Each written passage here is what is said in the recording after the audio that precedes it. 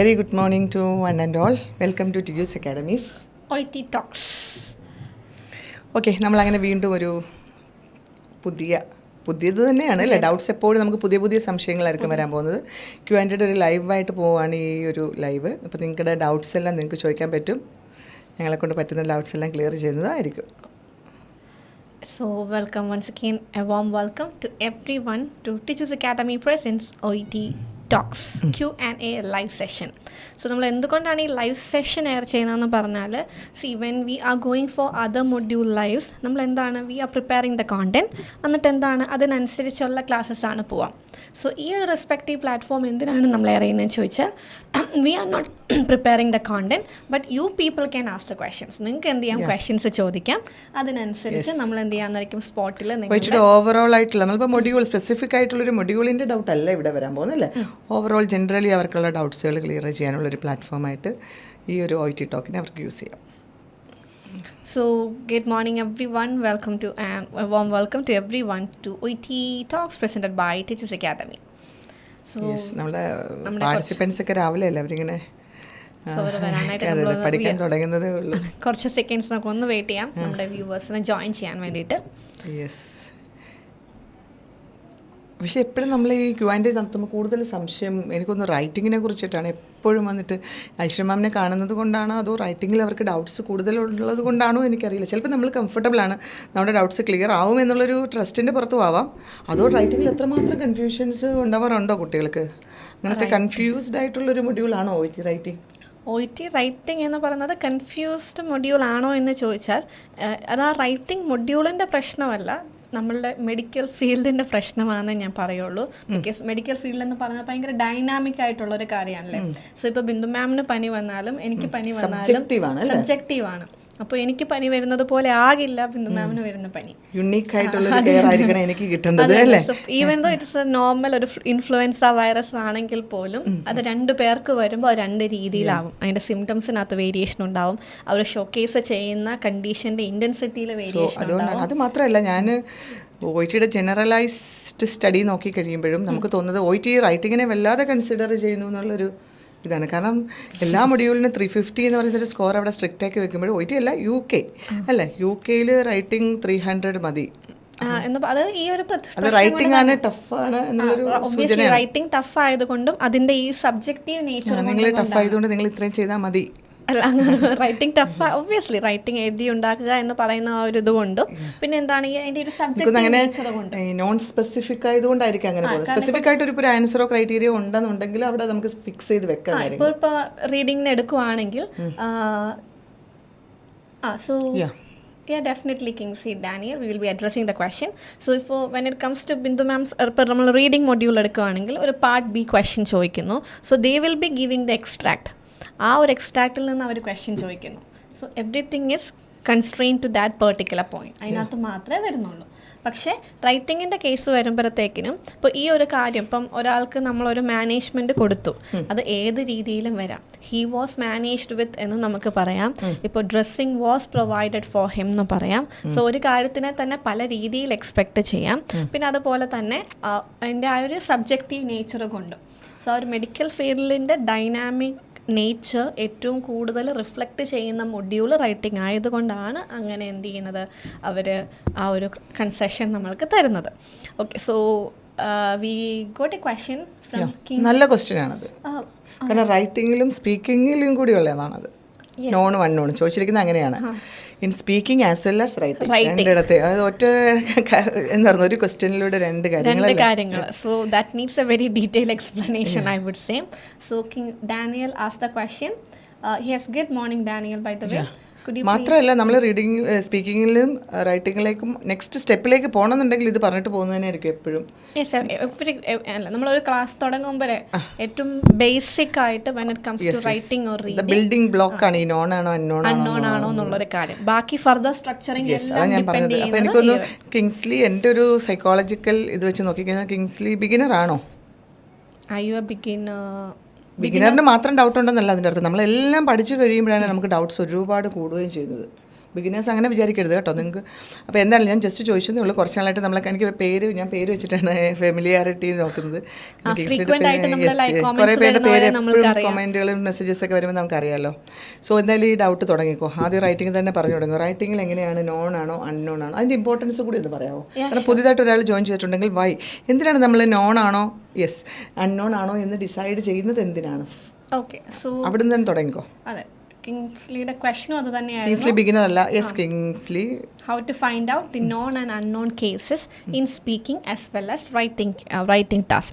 So yes, definitely in general in medical field we are distinguishing the cases into two. രണ്ടായിട്ട് നമ്മൾ divide ചെയ്യും. Non case ഉണ്ട്, unknown case ഉണ്ട്. So when it comes to non case, which means the reader or the speaker. When it comes to writing, ആരായിരിക്കും? Kingsley Daniel join at Tiju's class within 2 days until ഡാർമൗസിന് good advice. No need to 2 ഡേയ്സിൻ്റെ ആവശ്യം അവിടെ വരുന്നില്ല. എനിക്ക് തോന്നുന്നു first writing ക്ലാസ്സിൻ്റെ introduction ക്ലാസ്സിൽ തന്നെ മനസ്സിലാവും. അപ്പം ഡാർമൗസിന് ഇത്രയും ഒരു ട്രസ്റ്റ് ഞങ്ങളിലേക്ക് ഇട്ടതിന് വളരെ സന്തോഷം. Mohsin is like a very frequent viewer of our channel and I always see his comments and everything. By the way, thank you Mohsin for being here. Princey, Jose, Olivia, good morning everyone. Okay, so we'll come to the question. So yes, generally we are dividing the conditions into two. നമ്മൾ ആൾക്കാരെ non ആയിട്ടും ചെയ്യാറുണ്ട്, unknown ആയിട്ടും ചെയ്യാറുണ്ട്. Need എന്താണ്? So when it comes to non case, if it is a right for the reader and the speaker.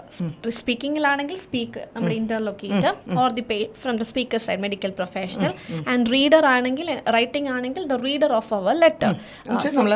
ആർക്കാണ് എഴുതുന്നത് അല്ലെങ്കിൽ ആരോടാണ് സംസാരിക്കുന്നത്. when it comes to the speaking side, whom we are talking, or when it comes to writing, who we are writing. So if it is a non case, which means both the reader and the speaker already know this patient. അവർക്ക് already ഈ പേഷ്യൻറ്റിനെ അറിയാം.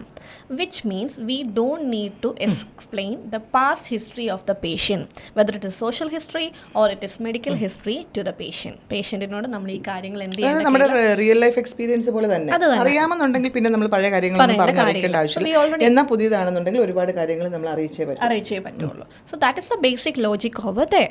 So known ആണെങ്കിൽ നമ്മൾ എന്ത് ചെയ്യേണ്ട കാര്യമില്ല. We don't need to go for past history in writing. And when it comes to the സ്പീക്കിങ്ങിൻ്റെ സൈഡ് വരുമ്പോൾ നോൺ ആണെങ്കിൽ we don't need to introduce our self in a very detail way. For example, see I already know ടിജൂസ് Bindu ma'am, and we know each other. So in every morning I don't need to come and introduce herself. I mean introduce and OET Talk വന്നിട്ട് ചോദിക്കുന്നു എന്താണ് പേര്, മാമിൻ്റെ പേര് എന്താണ്, introduce ചെയ്യാമെന്ന് ചോദിച്ചാൽ ഡെഫിനറ്റ്ലി അതൊരു ഓക്വേർഡ് ആയിട്ടുള്ള കാര്യമാണ്. So because we know each other. അപ്പോൾ ഇവിടെ വന്നിട്ട് ഞാൻ എൻ്റെ പാസ്റ്റ് ഹിസ്റ്ററിയോ കാര്യങ്ങളോ ആവശ്യമില്ല. So that is the need of identifying known and unknown case.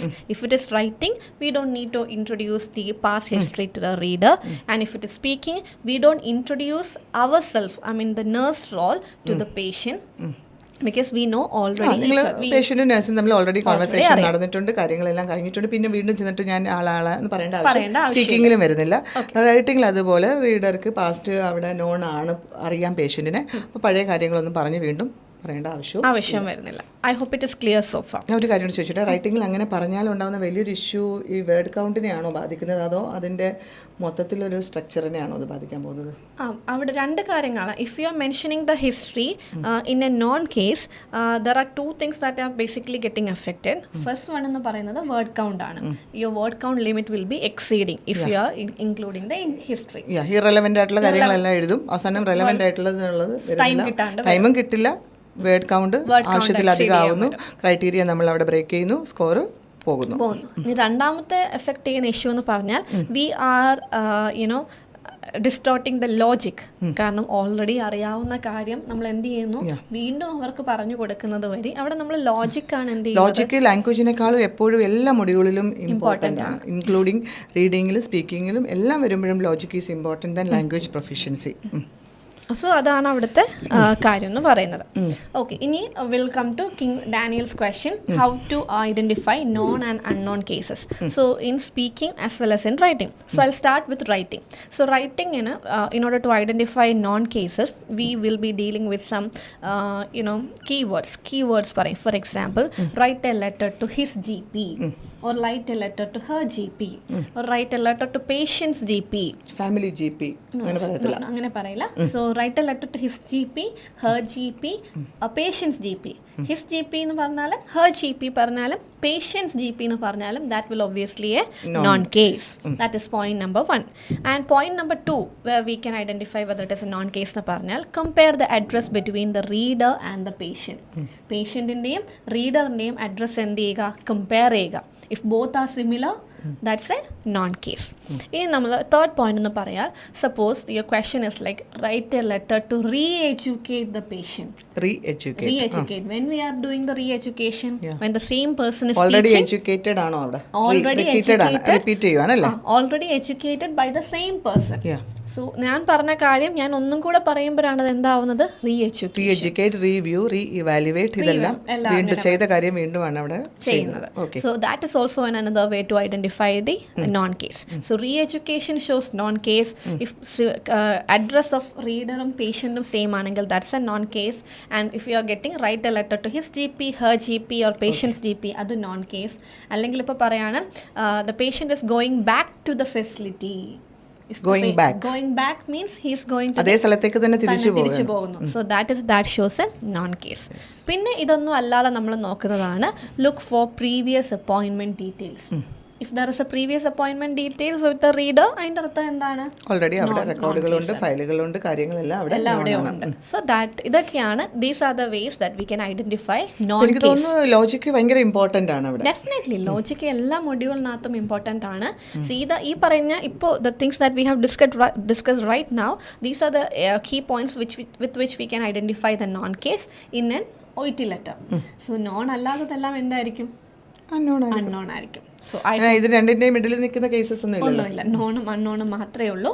So I hope it is clear for you Kingsley. So this is how we can deal with the writing known case. Clear ആയി എന്ന് തോന്നുന്നു. Writing clear, സ്പീക്കിംഗിലേക്കും അതേപോലെ തന്നെ നമ്മൾ already ഒന്ന് discuss ചെയ്തു. പേഷ്യന്റിന് നഴ്സുമായി already പരിചയമുണ്ട്, familiarity ഉണ്ട് എന്നുണ്ടെങ്കിൽ അപ്പോൾ അതുകൂടെ ഒന്ന് ക്ലിയർ ആയിട്ടൊരു. ഓക്കെ, സോ ഇനി നമ്മൾ എന്താണ്, we are moving to the speaking known case. Speaking known case പറഞ്ഞാൽ for example without introduction cases are known case. Without introduction means പറയേണ്ട ആവശ്യമില്ല, ഇൻട്രൊഡ്യൂസ് ചെയ്യുന്നില്ല, അവിടെ ചെയ്യുന്നില്ല. എന്തുകൊണ്ടാണ് ചെയ്യാത്തത്, we are assuming that we are already introduce the patient. For example just examine cases. In your role play it is mention that you have just examine the patient. അപ്പം അതിൻ്റെ അർത്ഥം എന്താ, നമ്മൾ ഓൾറെഡി എക്സാമിൻ ചെയ്തു. So before our examination we might have introduced ourselves. So we are assuming ഇത് നമ്മൾ അവിടെ എന്ത് ചെയ്യാണ്, ഇൻട്രൊഡ്യൂസ് ചെയ്യണം. അപ്പോൾ ഇൻട്രൊഡ്യൂസ് ചെയ്ത് കഴിഞ്ഞു എന്ന് നമ്മളവിടെ അസ്യൂം ചെയ്തു. So that will become A non case. അപ്പോൾ അതെന്ത് കേസായി മാറും, നോൺ കേസായിട്ട് മാറും. പിന്നെ നോൺ കേസ് എന്ന് പറഞ്ഞാൽ for example the keywords like regular. You are regularly visiting the patient. If you are regularly visiting the patient, then routine appointment. Your regularly your routine visit to visiting the patient, that shows a non-case. And എന്താണ് non കേസാണ്. Previous, regular, റുട്ടീന്, ഇങ്ങനത്തെ കാര്യങ്ങളിൽ നമുക്ക് റീഎഡ്യൂക്കേറ്റ്, മറ്റേ അടുത്ത് റൈറ്റിംഗിൽ ഉപയോഗിച്ച പോലെ തന്നെ ഇവിടെയും ഇങ്ങനത്തെ കാര്യങ്ങൾ യൂസ് ചെയ്യാം. And basically when it comes to speaking, നമ്മൾ റൈറ്റിംഗ് പറഞ്ഞതുപോലെ ഇങ്ങനെ specific there is no specific criterias like writing and speaking. So what you have to do is read the setting carefully. അതാണ് നമ്മൾ ലോജിക് എന്ന് ഉദ്ദേശിച്ചത്. സെറ്റിങ്ങിനകത്താണ് കാര്യങ്ങളെല്ലാം ഇരിക്കുന്നത്. Setting and scenario. The setting is there and the scenario context is important. Context is important. So setting and scenario needs to be clearly read by us. Then only we will be able to identify. In the setting or in the scenario, they will be giving a detailed explanation. For example, if it is an emergency ward or a hospital ward. Hospital ward means the patient is admitted there. വാർഡാണ്. Ward-ആണ്. Admitted ആണെങ്കിൽ obviously we will be having a case record sheet. So that will become a non-case. Yeah. So this is how we are identifying non-case when it comes to speaking. Yes. അപ്പം question ചോദിച്ചത് എന്താ പറയുന്നത്, Kingsley. Kingsley ആണെങ്കിലും എനിക്കൊന്ന് കുറേ പേർക്ക് ഇത് helpful ആയിട്ടുണ്ടാവും. എനിക്കൊന്ന് എപ്പോഴും കിടക്കുന്ന ഒരു വലിയ കൺഫ്യൂഷനാണ് നോൺ ആണോ അൺനോൺ ആണോ എന്നുള്ളത്. കേൾക്കുമ്പോൾ വളരെ സിമ്പിളാണ് നോൺ അൺനോൺ. പക്ഷേ ഈ പറഞ്ഞ പോലത്തെ റെയർ ആയിട്ടുള്ള കേസസ് വരുമ്പോൾ നമുക്ക് നോൺ ആണോ അൺനോൺ ആണോ എന്ന് ഐഡൻറ്റിഫൈ ചെയ്യാൻ ഇനി റൈറ്റിങ്ങിലും സ്പീക്കിങ്ങിലും അങ്ങനെ ഒരു ഡൗട്ട് ബാക്കി വെക്കണ്ട. അത് ക്ലിയർ ആയി തോന്നുന്നു. അപ്പം കിങ്സ്ലിക്കും അങ്ങനെ ഒരു നല്ല ക്വസ്റ്റ്യൻ ചോദിച്ചു തുടങ്ങിയത് താങ്ക് യു സോ മച്ച്. ബാക്കിയുള്ളവർക്ക് കൺഫ്യൂഷൻ എന്തെങ്കിലും അതിനെക്കുറിച്ച് ഉണ്ടായവർക്ക് അത് ക്ലിയർ ആയിട്ടുണ്ടെന്ന് വിചാരിക്കുന്നു. Yes. Class Good morning Jyoti, Lakshmi, Bintu, Anil. Good morning. Bindu Anil എന്താ പറഞ്ഞിരിക്കുന്നത്? Very helpful classes. Okay, Thank you so much Bintu. Gio Thomas, Anu George, Mahi Sudha. Good morning everyone and welcome to the session. Yes. ഇനി എന്തെങ്കിലും ഇവരുടെ doubts ഉണ്ടെങ്കിൽ നമുക്കില്ലെങ്കിൽ ഇവർ നമ്മളോട് ചോദിക്കാറുള്ള ഡൗട്ട്സും ഉണ്ടല്ലോ. ഉണ്ടാവും. സോ നമ്മൾ എന്താണ് so commonly used, so when it comes to reading, so നമുക്ക് എക്സ്പെക്ട് ചെയ്യാവുന്ന കോമൺലി യൂസ്ഡ് ഫ്രേസസ് അങ്ങനത്തെ എന്തെങ്കിലും കാര്യങ്ങൾ അവർക്ക് സജസ്റ്റ് ചെയ്യാനായിട്ടുണ്ടോ? ഇവർക്ക് ഇപ്പം അൺകോമൺ ആയിരുന്നു താല്പര്യം. കോമൺ അല്ല അവർക്ക് അറിയാം. ഇവർക്ക് കോമണിനോട് വരും. നമ്മളെപ്പോഴും പണ്ട് സ്കൂളിലൊക്കെ പഠിക്കുമ്പോൾ കോമൺ ആയിട്ടുള്ള കാര്യങ്ങൾ, എക്സാമിന് വരാൻ സാധ്യതയുള്ള കാര്യങ്ങളിലായിരുന്നു നമ്മളെപ്പോഴും ഫോക്കസ് ചെയ്യുന്നതല്ലേ, പ്രീവിയസ് ഇയേഴ്സിൽ വന്ന്. ഇപ്പം ഇവിടെ അല്ല, OET സമയത്തോളം കുറച്ചുകൂടി ഡൈനാമിക് ആണെന്ന് പറയാം അല്ലേ. എപ്പോഴും ചേഞ്ചസ് വന്നുകൊണ്ടിരിക്കുന്നത് OET-യിലാണ്. അപ്പം എന്താ പറയുക, നമുക്ക് ഇൻഫ്രീക്വൻ്റ് ആയിട്ടുള്ള എന്നാൽ നമുക്ക് തെറ്റു വരാൻ പോകുന്ന അൺകോമൺ ആയിട്ടുള്ള ഇതുപോലത്തെ റൈറ്റിങ്ങിലൊക്കെ വരുന്നില്ല. കോമൺ ആണെന്ന് നമ്മൾ വിചാരിക്കും. ഫോർ എക്സാമ്പിൾ നോൺ കേസ് എന്ന് പറയുമ്പോൾ നമുക്കറിയാം സംഭവം കോമൺ ആണ് അല്ലേ. പക്ഷേ നോൺ കേസ് തന്നെ പല സ്ഥലത്തും ട്വിസ്റ്റ് വരാറുണ്ട്, നോൺ അൺനോൺ ആയി മാറുന്ന സിറ്റുവേഷൻസ് ഉണ്ടാവാറുണ്ട്. അതുപോലെ റീഡിങ്ങിലാണോ ചോദിച്ചത്? റീഡിങ്ങിൽ ഒരിക്കലുമില്ല. ഞങ്ങൾക്കുള്ള എല്ലാ ടെസ്റ്റുകളും ടേൺസും അവർ ക്വസ്റ്റ്യനിൽ പാരഫ്രൈസ് ചെയ്ത് ചോദിച്ചിട്ടുണ്ടാവും. ആൻസറിൽ ഒരു വ്യത്യാസമില്ല. അതാണ് റീഡിങ്ങിൻ്റെ പ്രത്യേകത. ക്വസ്റ്റ്യനിൽ എന്ത് വേണമെങ്കിലും ചോദിക്കാം, ബട്ട് ആൻസർ ഞങ്ങൾക്ക് ടെക്സ്റ്റിലുള്ള എക്സാക്റ്റ് വേർഡ് തന്നെ ആയിരിക്കും, പ്രത്യേകിച്ച് A പാർട്ടിലൊക്കെ ആൻസറായിട്ട് വരാൻ പോകുന്നത്. എന്നാലും ചില കൺഫ്യൂഷനുണ്ട്. ഈ പാരാഫ്രൈസിങ് ഇത് തന്നെയാണല്ലോ സംഭവം. പാരാഫ്രൈസിങ് എന്ന് പറയുന്നൊരു ഇഷ്യൂ വരാറുണ്ട്. അത് തന്നെയാണ് ഞങ്ങൾ നമ്മളുടെ OET സ്റ്റുഡൻസിൻ്റെ ഒരേ ഒരു ചലഞ്ച് അത് തന്നെയാണ്. അത് നമ്മുടെ കുട്ടികൾക്ക് ഇപ്പോൾ റീഡിങ്ങിൽ താല്പര്യം ഇല്ലാത്തതോ അല്ലെങ്കിൽ റീഡിങ് സ്കില്ലില്ലാത്തതോ വൊക്കാബുലറി അറിയാത്തതോ ഒന്നുമല്ല ഇവിടുത്തെ ഇഷ്യൂ. അതൊക്കെ അവർ OET-യിലേക്ക് വരുമ്പം തന്നെ റീഡിങ് സ്റ്റാർട്ട് ചെയ്യുമ്പോൾ തന്നെ അവർ അതിനുള്ള അവരുടെ സ്കിൽ എൻഹാൻസ് ചെയ്യാനുള്ള എല്ലാ എഫേർട്ടും ഇടുന്നവരാണ്.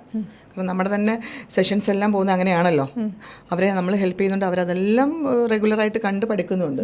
അവർക്ക് ഒരുവിധം കാര്യങ്ങൾ, കോമൺ ആയിട്ടുള്ള കാര്യങ്ങളൊക്കെ അവർക്ക് ഐഡൻറ്റിഫൈ ചെയ്യാൻ പറ്റും. പക്ഷേ ഇവരെ ചാലഞ്ചിങ് ആക്കാൻ വേണ്ടിയിട്ട്, കുറച്ചും കൂടി ടഫ് ആക്കാൻ വേണ്ടിയിട്ട് അൺഎക്സ്പെക്റ്റഡ് ആയിട്ടുള്ള അല്ലെങ്കിൽ അവർ പ്രതീക്ഷിക്കാത്ത രീതിയിലുള്ള ചില എക്സ്പ്രഷൻസ് കൊണ്ടുവരും. നമ്മൾ പല വീഡിയോസിലും ലൈവ് ക്ലാസ്സസിലൊക്കെ പറഞ്ഞൊരു കാര്യമുണ്ട്, ലൈക്ലി ടു ബി കോമൺ. അപ്പം ആ സെൻറ്റൻസിനകത്ത് ലൈക്ലി ഉണ്ട്, കോമണും ഉണ്ട്. ഇതാണ് ടെക്സ്റ്റിൽ വന്നിരിക്കുന്നത്. ഇതേ സെയിം സെൻറ്റൻസിനെ പാരഫ്രൈസ് ചെയ്തിട്ട് ലൈക്ലിയെ നമുക്ക് ഓപ്പോസിറ്റും ആക്കാം, കോമണിനെയും ഓപ്പോസിറ്റ് ആക്കാം. അതായത് അൺലൈക്ലി ടു ബി അൺകോമൺ. ഇതാണ് പാരഫ്രൈസിങ്ങിന് ഏറ്റവും ബെസ്റ്റ് എക്സാമ്പിളായിട്ട് നമ്മൾ കുട്ടികൾക്ക് ഞാൻ പറഞ്ഞു കൊടുക്കാറുള്ളത്. കാരണം ഒരിക്കലും ഇത് ഓപ്ഷനിൽ വരുമ്പോൾ ഒരു കുട്ടി വിചാരിക്കുന്നത് എന്താ, ടെക്സ്റ്റിലുള്ളത് ലൈക്ലിയും അൺലൈക്ലിയുമായിട്ട് അപ്പം തന്നെ ഓപ്പോസിറ്റ് ആയി എന്ന് അവർ വിചാരിക്കും അല്ലേ. അതുപോലെ കോമൺ എന്നുള്ള വേർഡ് നേരെ മറിക്കുമ്പോഴത്തേക്കും അൺകോമൺ ആയി. അപ്പോൾ ഇത് രണ്ടും ഓപ്പോസിറ്റ് അല്ലെങ്കിൽ കോൺട്രഡിക്ടറി ടേംസ് ആണെന്ന് ഫീൽ ചെയ്യുകയും ആക്ച്വലി ഇത് രണ്ടും എന്താണ്, likely to be common and unlikely to be uncommon എന്താണ്, രണ്ടും സെയിം ഐഡിയാസിനെ ഡിഫറെൻറ്റ് വേയിൽ എക്സ്പ്രസ് ചെയ്യുന്ന ഓൾട്ടർനേറ്റീവ് എക്സ്പ്രഷൻസ് ആണ്. പിടികിട്ടിയോ? അപ്പോൾ ഇതൊക്കെ ഇവർക്കറിയാം. എന്തുകൊണ്ട് ഇവർക്ക് ഇതറിയാവുന്നത്? ലൈവ് ക്ലാസ്സിലും നമ്മുടെ എല്ലാ വീഡിയോകളിലെല്ലാം നമ്മൾ ഇങ്ങനത്തെ സെഷൻസ് കൊടുത്ത് അവരെ പഠിപ്പിച്ച് വെച്ചേക്കാണ്. അപ്പോൾ ടിജൂസ് അക്കാഡമിയുടെ വീഡിയോസ് വാച്ച് ചെയ്യുന്നത് ഡെഫിനറ്റ്ലി അവർക്ക് മനസ്സിലാവും. ഒരുവിധം ട്വിസ്റ്റെല്ലാം അവർ കണ്ടുപിടിക്കും. പിന്നുള്ളത് നമ്പറുമായിട്ട് റിലേറ്റ് ചെയ്ത് പാരാഫ്രൈസിങ് വരുമ്പോഴാണ് പൊതുവെ എൻ്റെ ഒരു എക്സ്പീരിയൻസിൽ ഒരു ഫേസ് ടു ഫേസ് ക്ലാസ് സെക്ഷനിൽ പോകുന്നത് കൊണ്ട് കുട്ടികളുടെ കുറച്ചും കൂടി നമുക്ക് മനസ്സിലാവും വൈബ്. അതായത് നമ്മളിപ്പം ഇവരുടെ വൈബ് നമുക്ക് ഇവരെ കാണുന്നില്ലല്ലോ നമുക്ക്. അപ്പം മറ്റവരുടെ കൺഫ്യൂഷൻ കണ്ണിൽ നിന്ന് തന്നെ നമുക്ക് മനസ്സിലാക്കാൻ പറ്റും. അങ്ങനെ നമ്പർ പാരാഫ്രൈസിങ് വരുമ്പോഴാണ് കൺഫ്യൂസ്ഡ് ആവാറില്ലേ.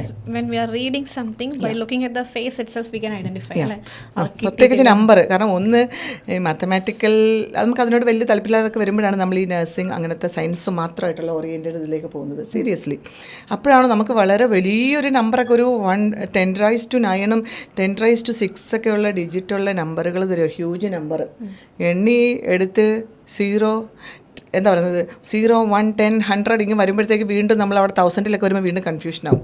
അവസാനം ഇത് മില്യൺ ആണോ ട്രില്യൺ ആണോ ബില്യൺ ആണോ ട്രില്യൺ ആണോ. ഇനി നമ്മുടെ ഇന്ത്യൻ നമ്പർ സിസ്റ്റം വെച്ച് പറയുമ്പോൾ നമുക്കറിയാവുന്ന ലാക്കും 10 lakhും 1 crore എന്താ ഒരു പിടിയും കിട്ടാത്തൊരവസ്ഥയിലേക്ക് വരും വലിയ ഹ്യൂജ് നമ്പേഴ്സ് വരുമ്പം. കാരണം ഇൻ്റർനാഷണൽ നമ്പർ സിസ്റ്റവും ഇന്ത്യൻ നമ്പർ സിസ്റ്റവും തമ്മിൽ ഈ പറയുമ്പം ടെക്സ്ച്വൽ എക്സ്പ്രഷൻ വരുമ്പോഴത്തേക്കും ഡിഫറൻസ് വരും. എവിടെയെന്ന് അറിയാമോ അത്? അങ്ങനെയാണ് ഇവർക്ക് ഇപ്പം ഒരു എക്സാമ്പിളാണ് മില്യനും ബില്യനും. സത്യം പറഞ്ഞാൽ നമ്മളൊരു നമ്പർ വലുതാണോ ചെറുതാണോ എന്ന് എങ്ങനെയാണ് ഡിസൈഡ് ചെയ്യുന്നത്? ഇപ്പം ഐശ്വര്യോട് ഞാൻ ചോദിക്കുകയാണ്, സി ഐ ഹാവ് 2 million, അല്ല 250 million ഉണ്ട് എൻ്റെ കയ്യിൽ, 250 million അല്ലെങ്കിൽ വേണ്ട 50 million ഉണ്ട് എൻ്റെ കയ്യിൽ, 50 million മില്യനും ഉണ്ട്. വേറൊരാൾ ഐശ്വര്യോട് ഓഫർ ചെയ്യാണ് 2 billion തരാം, ഏതെടുക്കും? I'll go for billion. That means ഐശ്വര്യക്ക് എന്താ പറയുക, മാത്തമാറ്റിക്കൽ ഇൻ്റലിജൻസ് ഉള്ളത് കൊണ്ട് ബില്യനാണ് അവിടുത്തെ ഹ്യൂജ്. വലിയ ഡിഫറൻസ് ഉണ്ട് രണ്ടും തമ്മിലല്ലേ. ഒന്ന് 10⁻⁶ ഒന്ന് 10⁻⁹ 9 എന്ന് പറയുമ്പോഴത്തേക്കും അത്രയൊന്നും എനിക്ക് ബില്യനൊന്നും ആരും തരാമെന്ന് കൈകാര്യം ചെയ്യേണ്ടി വരില്ല. അപ്പോൾ ഇങ്ങനെ വരുമ്പോഴത്തേക്കും ഈ മില്യനും ബില്യനും നമുക്ക് പാരഫ്രൈസും ചെയ്യാം. മനസ്സിലായോ? For example 1 million, 1 million A million എന്ന് പറഞ്ഞാൽ അതൊക്കെ നമുക്കറിയാം. അപ്പോഴത്തേക്ക് 6 zeros വരും. 10 lakh നമ്മൾ മലയാളീസ് പ്രത്യേകിച്ച് നമ്മുടെ കേരളൈറ്റ്സ് ഒക്കെ നമ്മൾ എടുത്ത് വരുമ്പോഴത്തേക്കും 0, 1, 10 എന്നൊക്കെ വരുമ്പോഴത്തേക്കും നമ്മൾ 10 lakh എന്നായിരിക്കും അവിടെ വായിക്കുന്നത്. പക്ഷേ നമ്മുടെ ഓപ്ഷൻസിനകത്ത് ചിലപ്പോൾ ഒരു 10 lakh വരണമെന്ന് അവിടെ നിർബന്ധമൊന്നും കാണത്തില്ല. ചിലപ്പോൾ ഈ നമ്പർ മാത്രമേ തന്നിട്ടുള്ളൂ ടെക്സ്റ്റിൽ. അതിനെ മില്യൺ എന്ന് എക്സ്പ്രസ് ചെയ്താൽ നിങ്ങൾ മനസ്സിലാക്കി വെക്കുക അതെന്താണ്, മില്യൺ ആണ്. പിന്നെ എപ്പോഴും നമ്മളോട് 10⁻⁶, 10⁻⁹ രീതിയിൽ നമ്പേഴ്സ് വരാം. എന്തുകൊണ്ടാണെന്ന് ചോദിച്ചാൽ നമ്മൾ ചെയ്യുന്ന ക്വസ്റ്റ്യൻ പേപ്പേഴ്സ് എല്ലാം ഒരു പ്രിന്റഡ് ഫോമിലാണ്. സോ പ്രിന്റഡ് ഫോമിൽ വരുമ്പോൾ 9 zeros അല്ലെങ്കിൽ 6 zeros എഴുതുക എന്ന് പറയുന്നത് എന്താണ്, it's not easy. So definitely they will be going for the short forms like 10⁻⁶, 10⁻⁹, 10⁻12 ആ ഒരു രീതിയിൽ പോകുന്നതായിരിക്കും. അപ്പോൾ അതുകൊണ്ട് അങ്ങനത്തെ കാര്യങ്ങളൊക്കെ നമ്മൾ എനിക്കൊന്ന് നമ്മൾ സ്കൂളിൽ 8th മറ്റോ ആണ് ഇന്ത്യൻ നമ്പറും ഇന്റർനാഷണൽ നമ്പറും കൂടി കമ്പയർ ചെയ്ത് പഠിക്കുന്നത്. അപ്പോൾ അതൊന്ന് പഠിച്ചു വെക്കുന്നത് 8th ക്ലാസ്സിലേക്ക് തിരിച്ചു പോകുക എന്നല്ല ഞാൻ ഉദ്ദേശിച്ചത്. അവിടെ വളരെ ബേസിക് ആയിട്ട് ഡിഫറൻസ് പറഞ്ഞിട്ടുണ്ട്. അപ്പം അതൊന്ന് നോക്കി വെക്കാം. അപ്പം നിങ്ങൾ എവിടെയെങ്കിലും അവിടെ 10 lakh എന്നായിരിക്കും നമ്മൾ എണ്ണി എടുക്കുന്നത്. ആ 10 lakhന് ഓപ്ഷനിൽ 10 lakh എന്നായിരിക്കില്ല വരുന്നത്. എന്തായിരിക്കും വരാൻ പോകുന്നത്? മില്യണിലായിരിക്കും. 1 million എന്നായിരിക്കും വരാൻ പോകുന്നത്. അപ്പം 1 lakh is equal to 1 million is equal to എന്താണ്, 10 lakh. അത്രയും ഓർത്തിരിക്കണം. ഇനി ഇൻ്റർനാഷണൽ സിസ്റ്റത്തിൽ ഇപ്പോൾ ഓസ്ട്രേലിയയിലൊക്കെ ഞാൻ പല റീഡിംഗ് മെറ്റീരിയൽ വായിച്ചിട്ടുണ്ട്.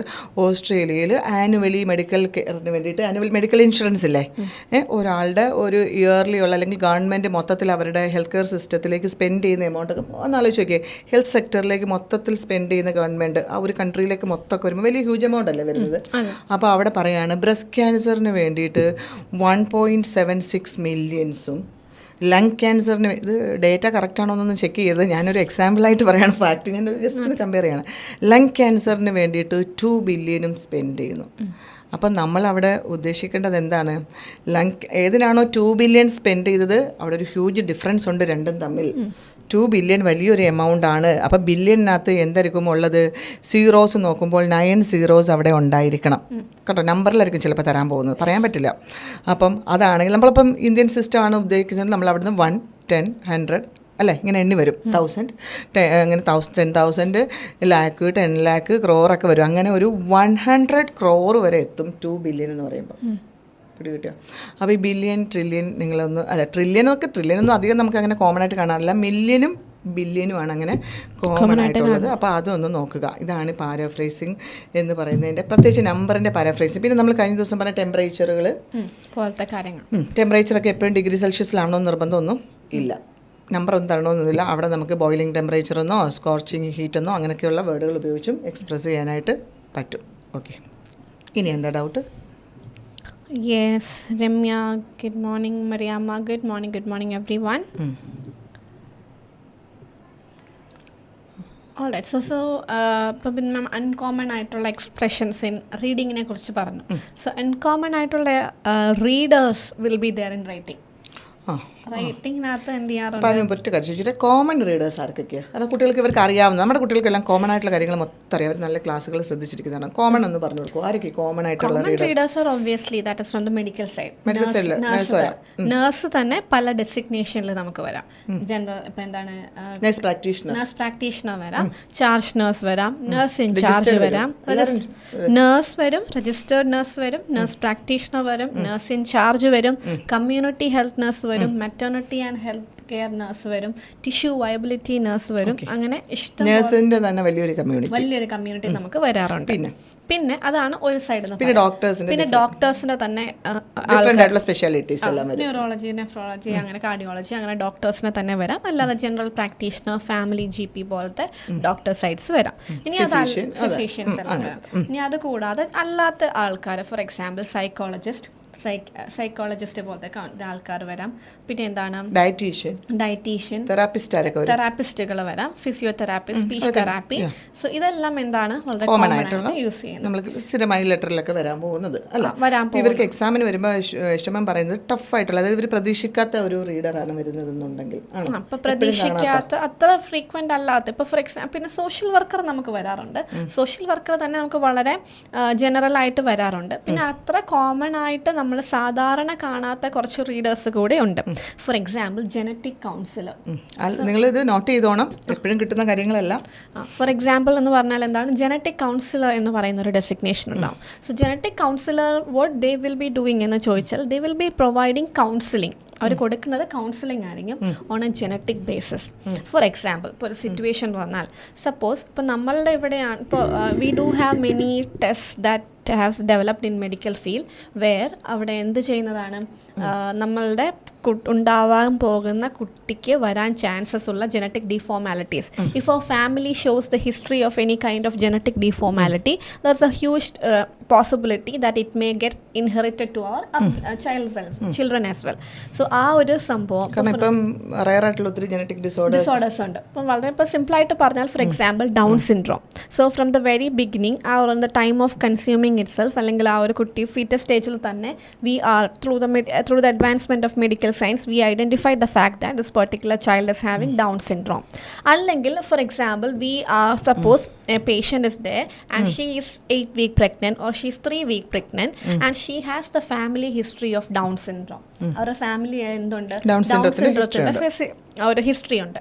സോ അങ്ങനെ ഒരു സിറ്റുവേഷൻ വരുമ്പോൾ obviously this mother will be having the thought that there's a possibility that her child may also get the Down syndrome. So she needs to be mentally prepared, or she get panic and anxiety, that kind of issues over there.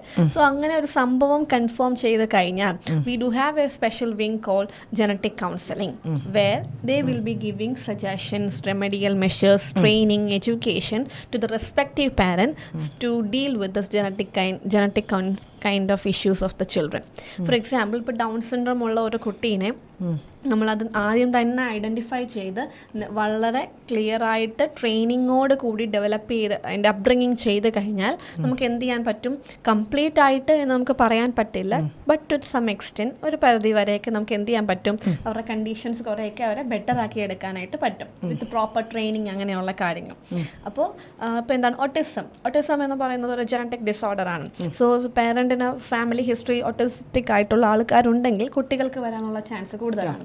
So if you are approaching a genetic counselor, this genetic counselor will provide education to the parents. ഒരു clear idea കിട്ടും അല്ലേ. ചിലപ്പോൾ ചില കേസിൽ അവർക്ക് worry ചെയ്യേണ്ട ആവശ്യം തന്നെ ചിലപ്പോൾ വരത്തില്ലായിരിക്കും. പക്ഷേ ചിലതിൽ ബി കെയർഫുൾ, അവിടെ ഒരു ആവേണ്ട സിറ്റുവേഷൻ. ഇൻ കേസ് അങ്ങനെ ഒരു കുട്ടിയാണെങ്കിൽ എങ്ങനെ അതിനെ അപ്ബ്രിങ്ങിങ് ചെയ്യണം എന്നുള്ള കാര്യം വരെ, മാനേജ്മെന്റ് വരെ ആര് കൊടുക്കും, അങ്ങനത്തെ എഡ്യൂക്കേഷൻ വരെ ആര് കൊടുക്കും, genetic counsellor will give to the respective parent. So അവിടെ നിങ്ങൾ ശ്രദ്ധിക്കേണ്ട കാര്യം, they will be providing the counseling with respect to this genetic deformalities. അവിടെ കൊടുക്കുന്ന കാര്യം എന്താണ്, കൗൺസിലിംഗ് ആണ്, അല്ലാതെ അവർ മെഡിക്കൽ ആയിട്ടുള്ള മാനേജ്മെന്റ്സ് അവിടെ കൊടുക്കുന്നില്ല, അവയർനെസ് ആണ് കൊടുക്കുന്നത്. So genetic counsellor is like a very rare reader that we may find in our like addiction counsellor. Addiction counsellors ഉണ്ടാവും, ഡി അഡിക്ഷൻ ചെയ്യാനായിട്ട് ഹെൽപ്പ് ചെയ്യുന്ന ആൾക്കാരും, പിന്നെ അല്ലാതെ കുറേ തെറാപ്പിസ്റ്റുകളുണ്ടാവും. അപ്പോൾ music therapy. So music therapies എന്ന് പറയുമ്പോൾ they will be dealing with the psychological, physical, emotional, social needs of the പേഷ്യൻറ്റിന് ഈ പറയുന്ന കാര്യങ്ങളെയൊക്കെ ഒരു മ്യൂസിക് തെറാപ്പിയിൽ കൂടെ അവർക്ക് അവരുടെ ആ ഒരു സ്റ്റെബിലിറ്റി റീഗെയിൻ ചെയ്യാനായിട്ട് അവർ എന്ത് ചെയ്യാറുണ്ട്, ഹെൽപ്പ് ചെയ്യാറുണ്ട്. പിന്നെ അങ്ങനെ യുണീക്കാണ്, എല്ലാവർക്കും എല്ലാം വർക്ക് ചെയ്യണം എന്നില്ല. Okay, music therapist. അപ്പോൾ ഇനി അങ്ങനെ ഒരു സംഭവം, ഇനി അങ്ങനെ ഇനി വേറൊരു പറഞ്ഞാൽ ഹോർട്ടികൾച്ചർ തെറാപ്പിസ്റ്റ് എന്ന് പറയുന്ന ഒരു വിങ് ഉണ്ട്.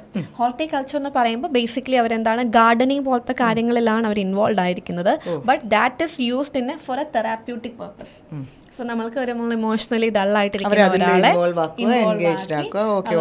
അങ്ങനെ ഒരു തെറാപ്പി. ഞാൻ ചോദിക്കാൻ പോയത് അഗ്രികൾച്ചറുമായിട്ട് അല്ലെങ്കിൽ അങ്ങനെ നമ്മൾ എക്സ്പെക്ട് ചെയ്യത്തില്ല. ഹോർട്ടിക്കൾച്ചർ എന്ന് പറഞ്ഞാൽ ഫ്ലവറിംഗ് പ്ലാന്റ്സിനെ ഗാർഡനിങ്, ഫ്ലവറിംഗ് പ്ലാന്റ്സിന്റെ കൃഷി അല്ലെങ്കിൽ അതിന്റെ ഒരു കൾട്ടിവേഷൻ, അതിന്റെ ഗാർഡനിങ് പോലത്തെ കാര്യങ്ങളാണ് ഹോർട്ടിക്കൾച്ചർ. പക്ഷെ ഹോർട്ടിക്കൾച്ചർ തെറാപ്പിസ്റ്റ് എന്ന് പറയുമ്പോൾ ആ ഒരു സെയിം കാര്യനെ using for a therapeutic purpose. So അങ്ങനത്തെ റീഡേഴ്സും എന്ത് ചെയ്യാറുണ്ട്, എക്സാമിന് വരാറുണ്ട്. സോ ഇങ്ങനത്തെ ഉള്ള ആൾ ഇപ്പോൾ തെറാപ്പിസ്റ്റ് ഒക്കെ വന്നു കഴിഞ്ഞാൽ what I can suggest you people is, if you are getting confuse with the purpose word, you can use professional guidance and support.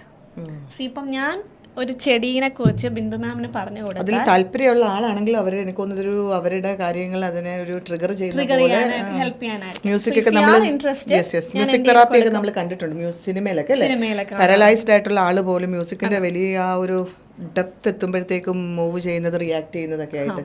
അത് ചിലപ്പം ഞാനിപ്പോൾ ബിന്ദു മാമിന് if I am telling you about a plan, അതെന്തായിരിക്കും എനിക്കറിയാവുന്ന ഒരു കാര്യം പറഞ്ഞാൽ that is just a guidance.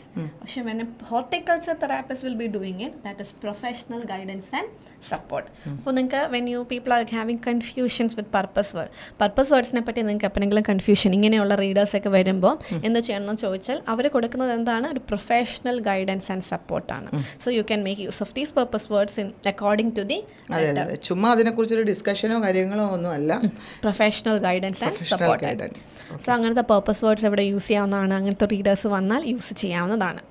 So I hope it is clear for hi Saya, welcome. So I hope it is clear for you people. നമ്മുടെ ടൈമും ഏകദേശം എന്താണ് തീരാറായിരിക്കുകയാണ്. Common ആയിട്ടുള്ള കാര്യങ്ങളൊക്കെ അവർക്ക് കുറച്ച് കാര്യങ്ങളൊക്കെ നമ്മൾ പറഞ്ഞു കൊടുത്തിട്ടുണ്ട്. So we will be meeting. Hi Amita Sanjay, welcome. Yes കുറച്ചൊരു ലേറ്റായിട്ട് ജോയിൻ ചെയ്തതേ ഉള്ളൂ. നമ്മുടെ ടൈമിൽ എനിക്കത് മോർണിംഗ് ടൈം എല്ലാവർക്കും ബിസി ആയിട്ടുള്ളൊരു ടൈം ആയിരിക്കാം. ഓക്കെ, അപ്പോൾ റെക്കോർഡഡ് സെഷൻസ് ഇവിടെ തന്നെ ഉണ്ടാവും, നിങ്ങൾക്ക് പ്രശ്നമില്ല. ലേറ്റായി എന്നുള്ള ഇഷ്യൂസ് ഒന്നുമില്ല, അത് വീണ്ടും കാണാം. സോ നമുക്കിനി അടുത്ത OET ടോക്കിന് മുന്നായിട്ട് നമ്മൾ നോർമൽ ലൈവ് സെഷൻസ് ആയിട്ട് എന്തായാലും നിങ്ങളുടെ മുന്നിലേക്ക് വരാറുണ്ട്. നമ്മുടെ എക്സാം ബാച്ച് ലൈവ്സും എല്ലാം വരാറുണ്ട്. കാരണം നെക്സ്റ്റ് വീക്ക് ഈ ഒരു സാറ്റർഡേ കഴിഞ്ഞ അടുത്ത സാറ്റർഡേ നമ്മുടെ അടുത്ത OET എക്സാം വരുന്നു. അപ്പോൾ എക്സാം സ്പെഷ്യൽ ലൈവ്സ് ഉണ്ട്, നമ്മുടെ നോർമൽ ലൈവ്സ് ഉണ്ട്. So make use of everything and clear your exam at the earliest. All the best. എല്ലാവർക്കും നന്നായി പ്രിപ്പയർ ചെയ്യുക. So thank you so much everyone. We'll meet very soon. Yes. അപ്പം നമുക്ക് wind up ചെയ്യാമെന്ന്. അപ്പോൾ thank you all, thank you for your support. എന്താ ചോദിക്കുന്നത്, when will be the next live? Bindu ഞങ്ങൾക്ക് വി ഹാവ് എവറി ഡേ ഞങ്ങൾക്ക് live ഉണ്ടാവും. Specially ഇപ്പോൾ എൻ്റെ ലൈവ് ആണെങ്കിൽ റീഡിങ്ങിൻ്റെ ലൈവ് എവറി വെനസ്ഡേ അത് 4:30 ആണ് നമ്മൾ അത് ഷെഡ്യൂൾ ചെയ്തിരിക്കുന്നത്. അശ്വ മാമിൻ്റെ writing live every Tuesday at 4:30 PM. That is അവർ ഷെഡ്യൂൾ ടൈം. Normal live. ഇനി ഇതിൻ്റെ കൂടെ എക്സാം ഡേറ്റ് വരുമ്പോഴത്തേക്കും അതിൻ്റെ ആ കമ്മിങ് സാറ്റർഡേയിൽ ഇപ്പോൾ എക്സാം ഉണ്ടെങ്കിൽ, ഇപ്പോൾ ഈ നാളെ ഇപ്പം നമുക്ക് എക്സാം ഇല്ലാത്തത് കൊണ്ട് ഈ ആഴ്ച നമുക്ക് എക്സാം പ്രിപ്പറേഷൻസ് ഒന്നും ഇല്ലായിരുന്നു. അങ്ങനെ സ്പെഷ്യൽ ലൈവും കൂടി നമ്മൾ ലൈവ് ക്ലാസ്സസ് ഇപ്പോൾ റീഡിങ്ങിൻ്റെ തന്നെ അപ്പോൾ 2 ലൈവ് വരും ഒരു വീക്കിൽ, എക്സാമിന് തൊട്ട് മുന്നേ ഉള്ള വീക്കിൽ കേട്ടോ. അപ്പോൾ നെക്സ്റ്റ് വീക്കിൽ നിങ്ങൾക്ക് 2 ലൈവ് ക്ലാസ്സിൽ ഈ റീഡിങ്ങിൻ്റെയും റൈറ്റിങ്ങിൻ്റെയും എല്ലാ മൊഡ്യൂളുകളുടെയും വരും. അപ്പോൾ ഞങ്ങൾ 2 ദിവസം കൂടി നിങ്ങൾ നെക്സ്റ്റ് വീക്കിൽ okay. Alright, so thank you everyone.